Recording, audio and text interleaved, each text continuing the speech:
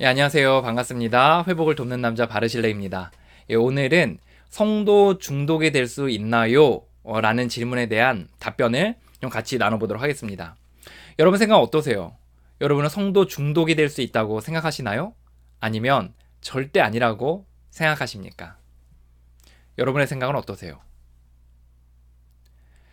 많은 사람들이 성이 중독이 될 수 있다라는 뉘앙스를 듣잖아요. 그럼 어떻게 반응하냐면 이렇게 반응합니다.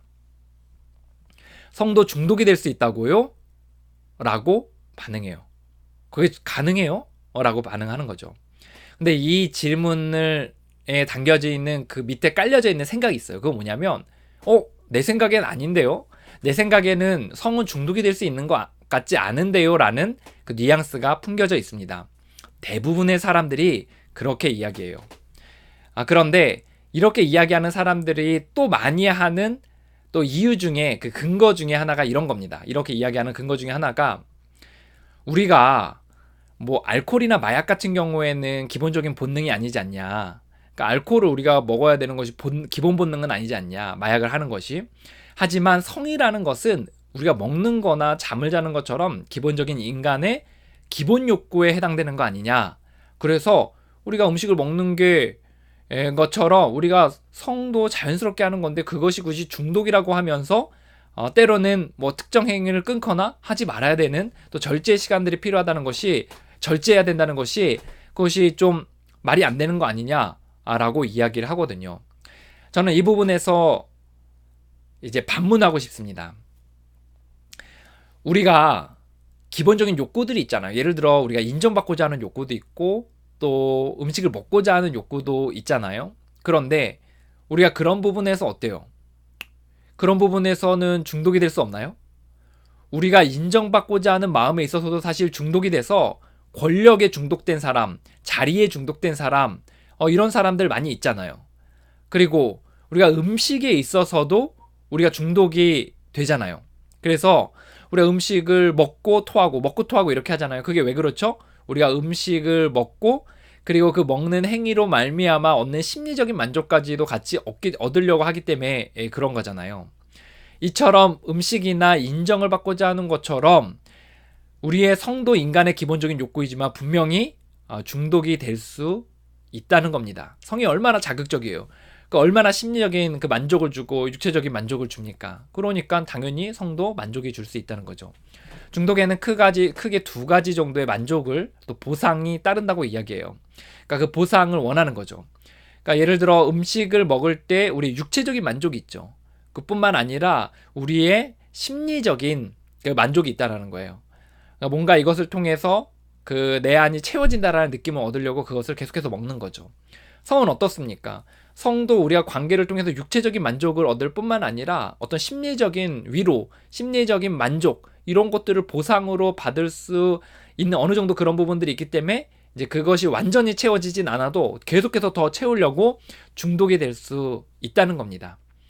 성도 중독이 될 수 있습니까? 예, 충분히 그것이 가능합니다. 그러면 우리가 이 대목에서 왜 사람들이 성은 중독이 될 수 있다는 것에 대해서 그렇게 많이 생각하지 않을까요? 다시요. 왜 많은 사람들이 성은 중독이 될 수 있다는 생각을 잘 하지 못할까요? 몇 가지 이유를 좀 얘기해 보겠습니다. 첫 번째는 사회적인 인식이 아직 그런 인식이 되지 않았기 때문이에요. 보세요. 우리는 어떠한 것의 가치를 판단할 때 우린 주변의 영향을 굉장히 많이 받습니다. 예를 들어 이런 거죠. 하늘에 회색 구름이 있어요. 근데 이게 흰색이기도 하고 또 검은색이기도 하고 이게 굉장히 좀 애매모호한 색깔이거든요. 근데 이제 주변에 이제 100명의 사람들이 있고 내가 거기에 속해 있는데 나머지 99명의 사람이 그것을 보고서 다 검은색이라 그래요. 그러면 내가 거기서 당당하게 혼자서 아니 저거는 흰색에 가깝다 라거나 아니면 저거는 그냥 회색이지 무슨 검은색이냐라고 이야기하는 데 있어서는 더 많은 용기가 필요하고 더 검증들이 필요하다는 겁니다. 그래서 대부분 사람들이 어떻게 하냐면 많은 사람들이 그냥 이야기하는 것에 따라가는 거죠. 그래서 어떤 것의 가치를 이렇게 평가한다고 할 때 주변의 사람들의 이야기가 사실 절대적인 거는 아니라는 거죠. 그런데 우리는 주변의 사람들의 견해에 따라가는 거예요.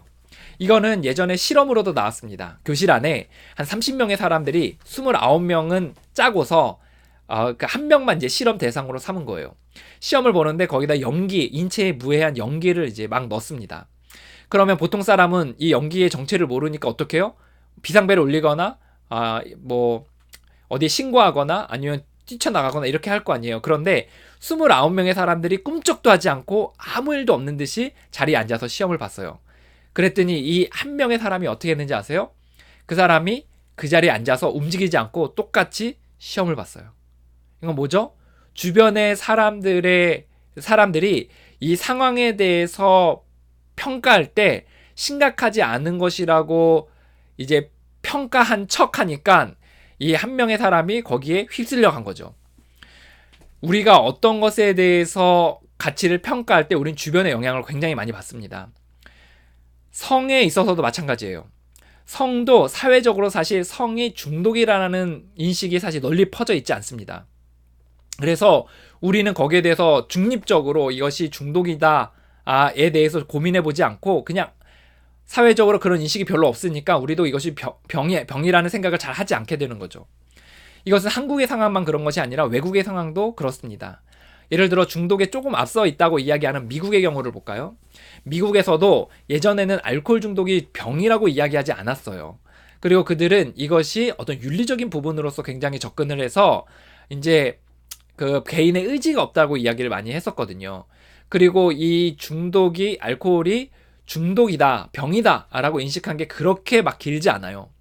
그리고 나서 이제 차침, 뭐 도박, 뭐 마약, 또 뭐 이런 것들이 이제 중독이 될 수 있다는 것에 대해 인식이 점점 퍼져가는 가운데 이제 최근에는 성도 중독이 될 수 있다는 것에 대해서 어느 정도 이제 공론화가 된 거로 알고 있습니다. 그런데요, 그렇게 앞서가 있는 미국도 여전히 성이 중독될 수 있다라는 견해에 대해서 잘 인정이 되지 않고 받아들여지지 않고 모르는 사람들이 많이 있어요. 자, 그 영화 중에 땡스 포 쉐어링 예를 제가 많이 드는데 이 땡스 포 쉐어링에 나오는 그 한 커플이 나와요. 그런데 한 남자가 이렇게 얘기해요. 나는 성 중독이다라는 고백을 해요. 그랬더니 그 여자가 굉장히 막 혐오하면서 무슨 성 중독이야. 그거는 불륜했을 때 걸린 배우자가 핑계 대려고 하는 만든 용어 아니냐, 뭐 그렇게 할 때 하는 이야기 아니냐라고 하면서 굉장히 혐오하는 장면이 나오거든요.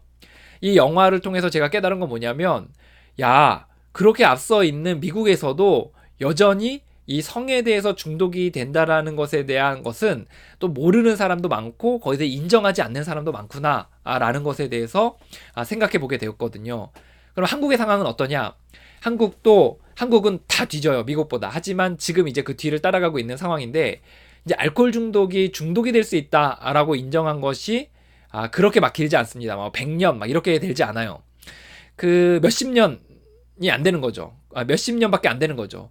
그리고 이제 그 이후에 뭐 이제 도박, 뭐 마약, 뭐 이런 것들에 있어서 또 분노, 뭐 이런 것들도 중독이 될 수 있다고 이제 인정을 하는 거죠. 이제 그런데 아직 성이 중독이 될 수 있다라는 개념에 대해서 일부의 사람들은 뭐 그럴 수 있다고 이야기하지만 대부분의 사람들에 있어서는 사실 성이 중독이 될 수 있다라는 생각을 그렇게 잘 하지 못한다는 거예요. 아직 그것이 이제 공론화되기 바로 이제 많이 전이고 그것이 이제 점점 아마 그런 논의들이 불거질 거예요. 그래서 대부분의 인식들이 이제 성은 중독이다라는 생각을 많이 못하기 때문에 거기에 대해서 이제 속해 있는 국민들도 이제 어떻게 생각하냐면 성이 중독이 될 수 있다는 생각을 이제 잘 하지 못하게 되는 거죠. 그래서 사회적인 인식이 굉장히 큽니다. 그리고 또 하나는 뭐가 있냐면 성이 왜 성이 중독인 것에 대해서 잘 생각하지 못하는가 두 번째가 있어요. 그거는 이런 이유 때문에 그렇습니다. 성중독의 특징 때문이에요. 성중독의 특징이 있어요. 성중독의 특징이 뭐냐면 이제 은근히 망가지는 거예요. 은근히 망가져요. 그래서 이제 먼저 좀 얘기하고 싶은 거는 요거부터 얘기할까요? 이제 주기 때문에 그래요. 주기. 성중독엔 주기가 있습니다. 이제 그 성중독에서 진행할 때 예를 들어 재발을 했어요. 재발을 하면은 딱 떨어지는 거죠. 딱 망가지는 거예요. 그러면 이게 조금 괜찮거든요. 왜냐면 욕정을 이렇게 해소하고 했기 때문에 한동안 괜찮아요. 뭐 주기에 따라서 참 다르지만 뭐 주기가 뭐 3일인 사람도 있고 일주일인 사람도 있지만 뭐 한 달인 사람도 있잖아요. 그래서 이게 주기가 다시 차오를 때까지는 좀 기다린다는 거죠.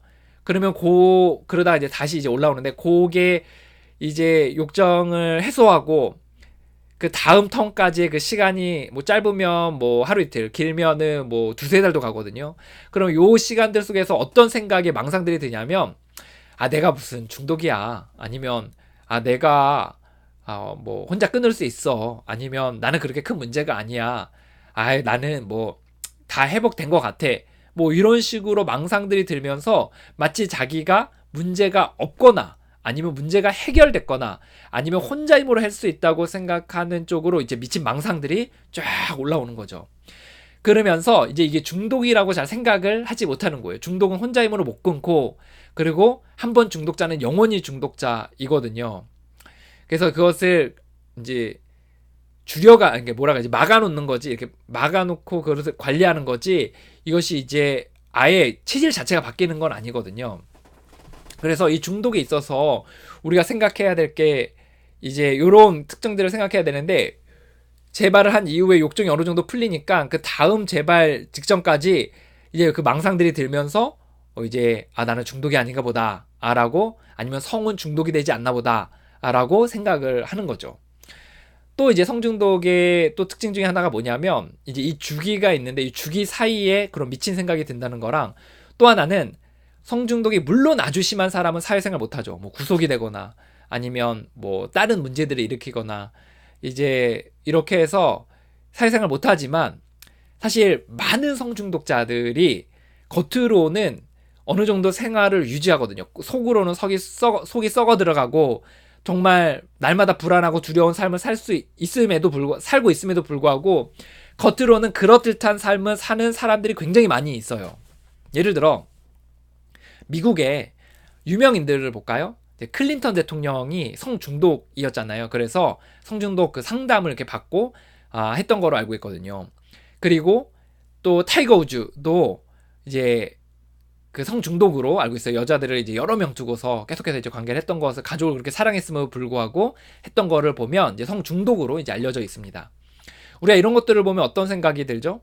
우리가 이런 것들을 보면 그 사람들이 어느 정도 사회적인 어느 정도가 아니라 굉장히 탑 클래스에서의 그 업적들과 성과들을 냈다는 거예요. 그런데 그 안에서는 이미 성중독이라는 병으로 굉장히 골마 있었다는 것을 우리가 확인하는 거죠. 이렇게 고위층까지 올라가는 사람도 있고 대부분의 사람들이 일반적인 삶은 살아가는 사람들이 많이 있습니다. 성중독처럼. 뭐 마약이나 알코올 뭐 이런 것도 물론 일상생활을 살아가면서 하는 사람도 있어요. 그죠? 뭐 예를 들어 직장 다니면서 알코올을 먹고 직장 다니면서 마약하는 사람도 분명히 있을 거 아니에요. 또 도박하는 사람도.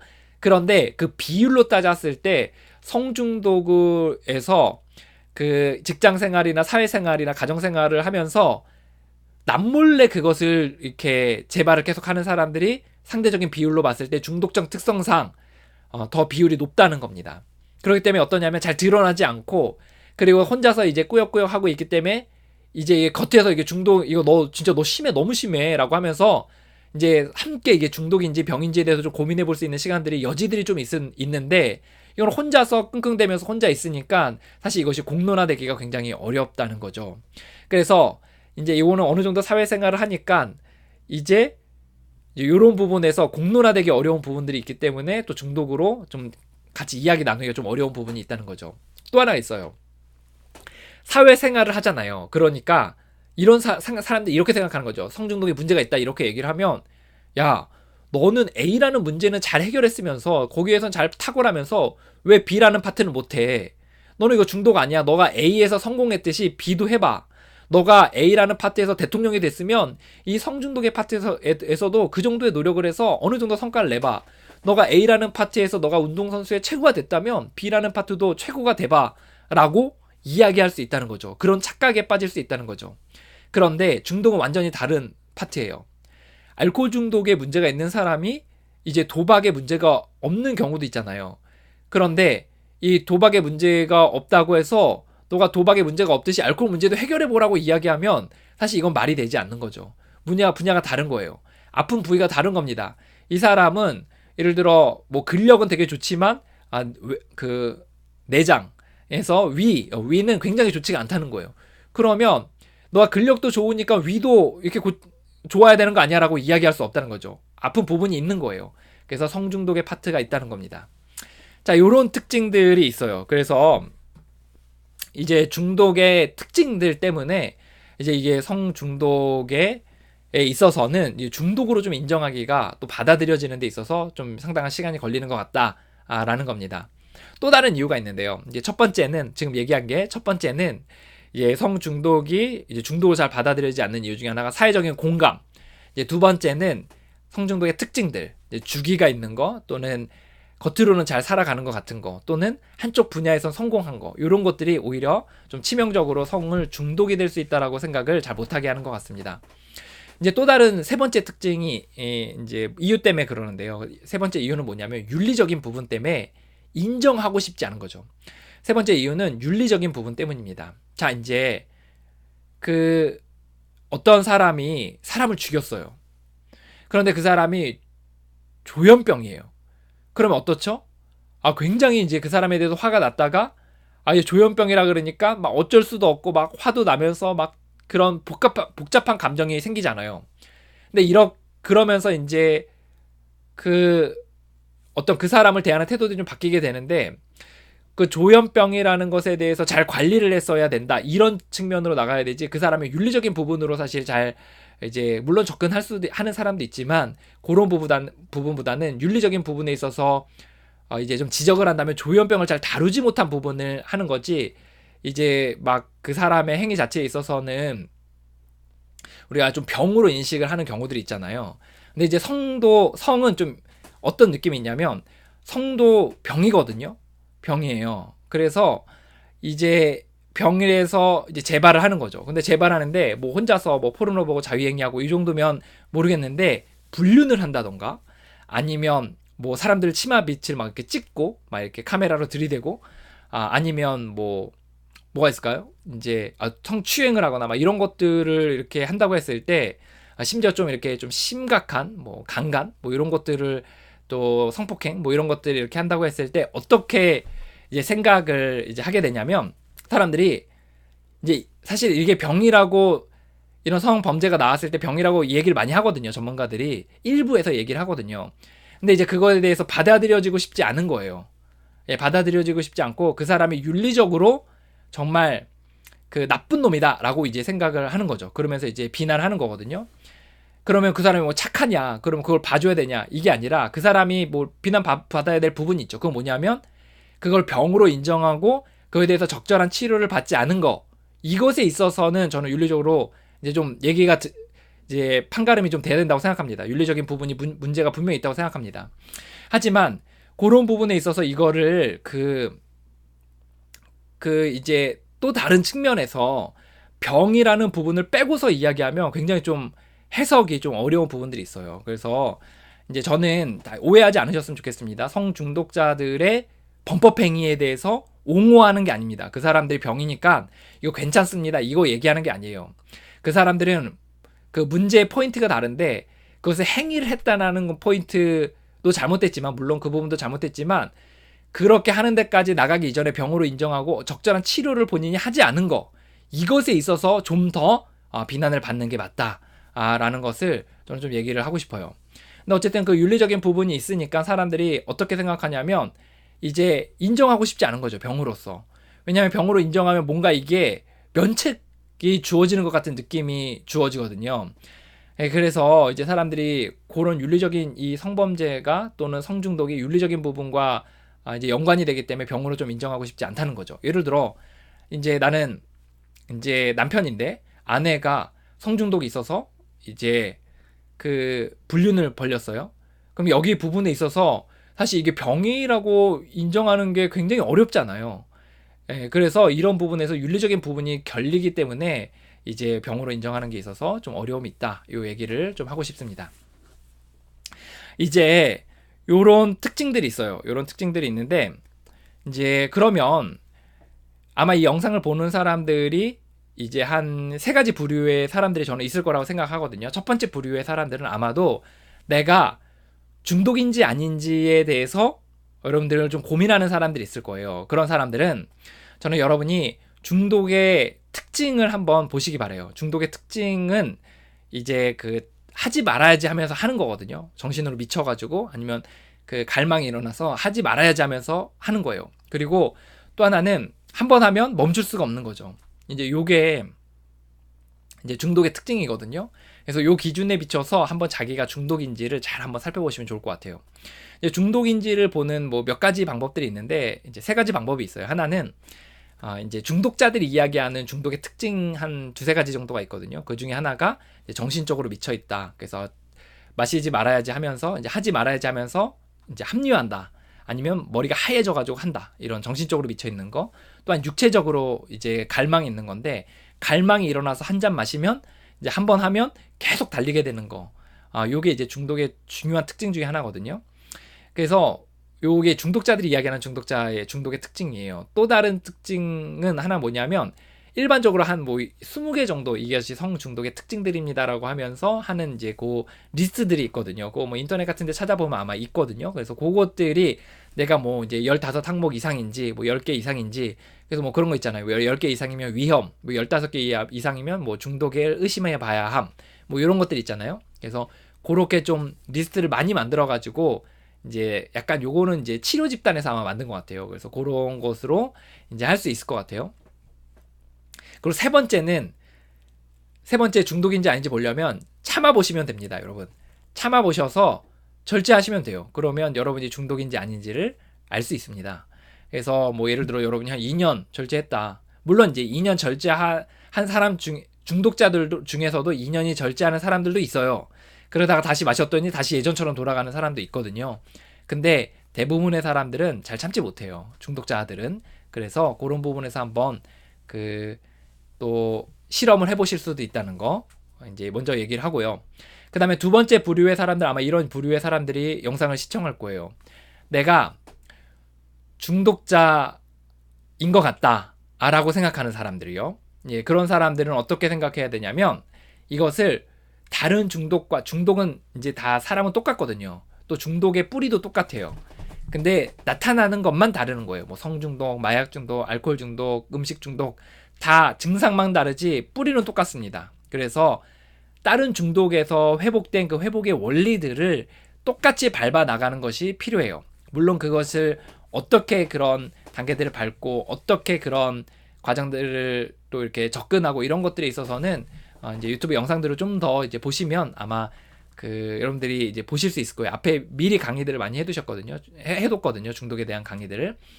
그리고 그래서 여기서 얘기하고 싶은 포인트는 뭐냐면 본인이 성에 중독이 됐다고 생각하면 중독과 똑같은 과정의 방법들을 밟아야 된다는 겁니다. 세 번째 방식이 있어요. 세 번째 부류의 사람들이 있을 거예요. 세 번째 부류의 사람은 난 아닌데 내 옆에 가까운 사람이 성중독이다. 뭐 남편, 아내, 자녀, 아버지, 어머니, 아니면 친한 친구, 아니면 뭐 공동체 안에 뭐 종교 공동체 안에 누구, 아니면 내담자, 뭐 이런 사람들이 이제 중독인 경우들이 분명히 있을 거거든요. 그런데 요 부분을 생각하시면 좋을 것 같아요. 아주 가까운 사이면 가까운 사이일수록 서로가 이제 병들어 있습니다. 요거를 이제 생각하셔야 돼요. 그래서 일단 첫 번째로 해야 되는 건 뭐냐면 이 사람이 병이라는 것에 대해서 인정을 해야 돼요. 굉장히 인정이 잘 안 되고 인정하기도 또 싫거든요. 그래서 병이라고 인정을 하는 게 필요합니다. 병이라고 인정을 하면 이 사람은 치료를 받아야 될 사람이라고 생각을 하는 거죠.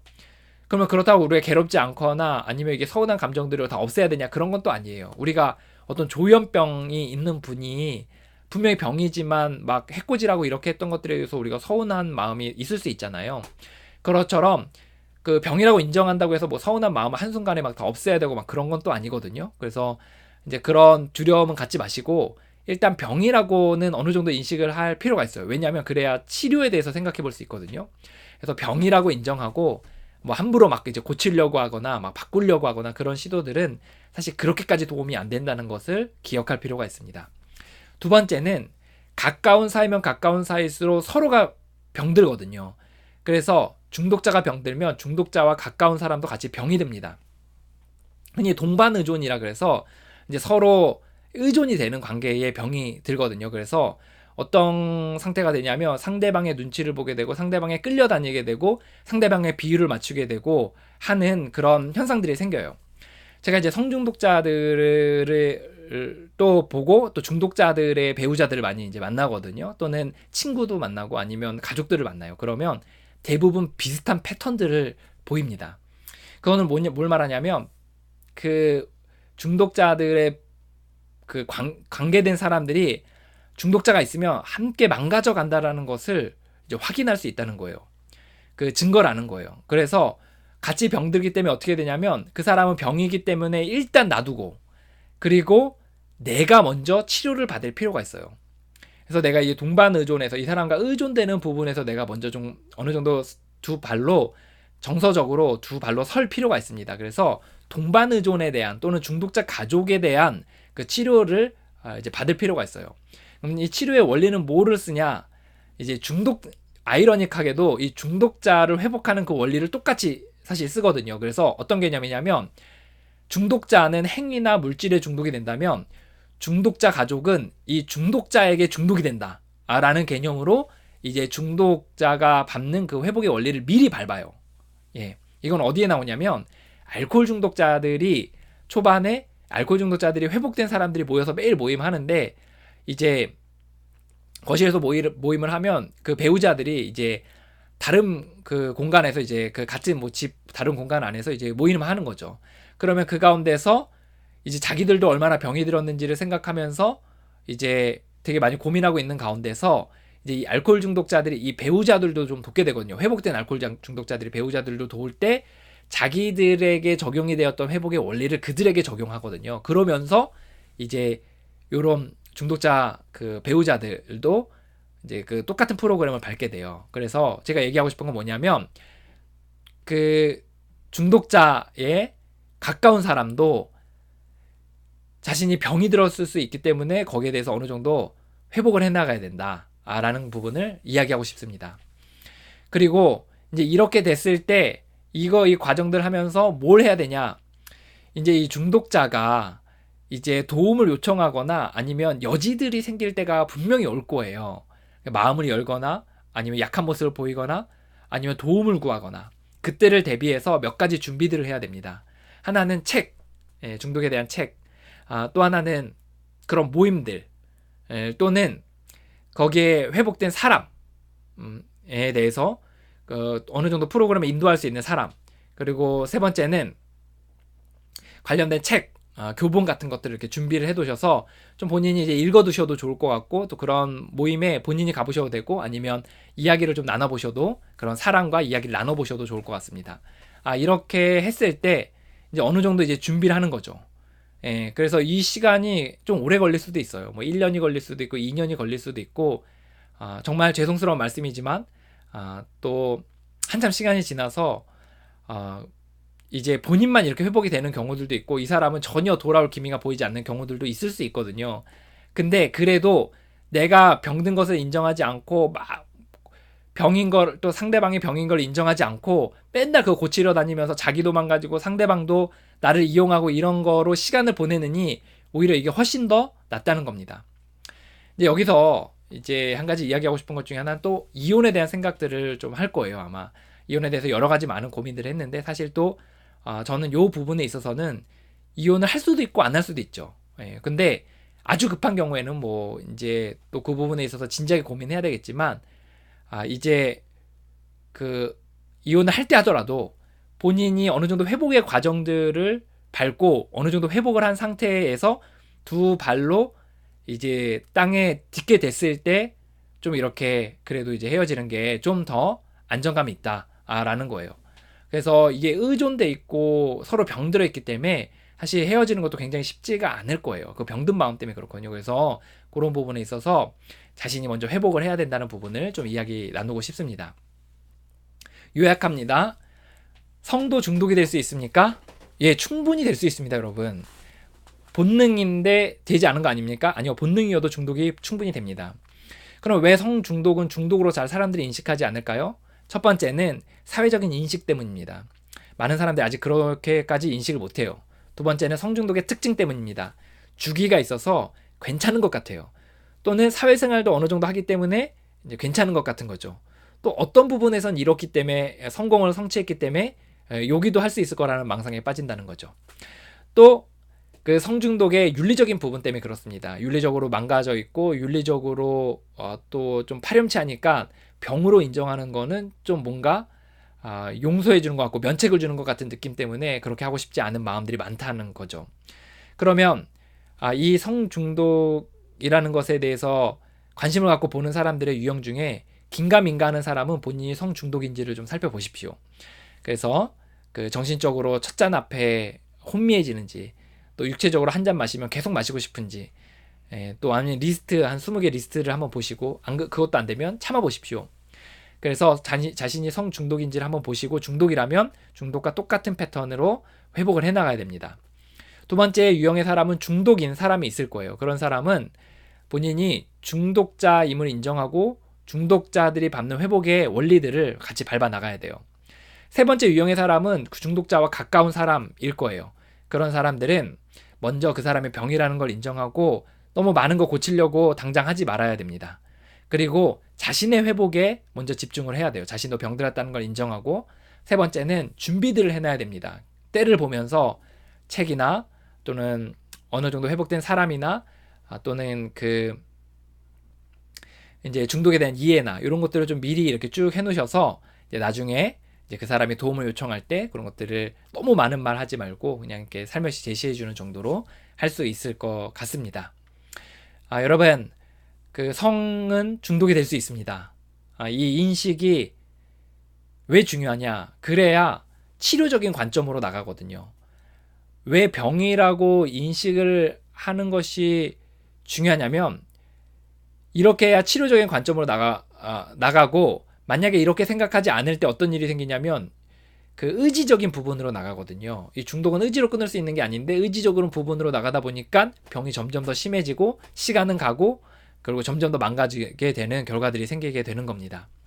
여러분, 성중독도 중독이 됩니다. 여러분 요거 기억하시고 이제 각각의 상황에 맞게 잘 적용해 보시면 좋을 것 같습니다. 여러분, 또 자기에 대한 또 이해 가운데서 또 자기를 이해한다고 해서 끊어지는 건 아니에요. 하지만 그래도 뭔가 그 다음 단계로 나아갈 수 있는 그런 초석으로 삼으면 좋을 것 같습니다. 여러분을 응원합니다. 여러분이 정말 행복하셨으면 좋겠습니다. 화이팅입니다.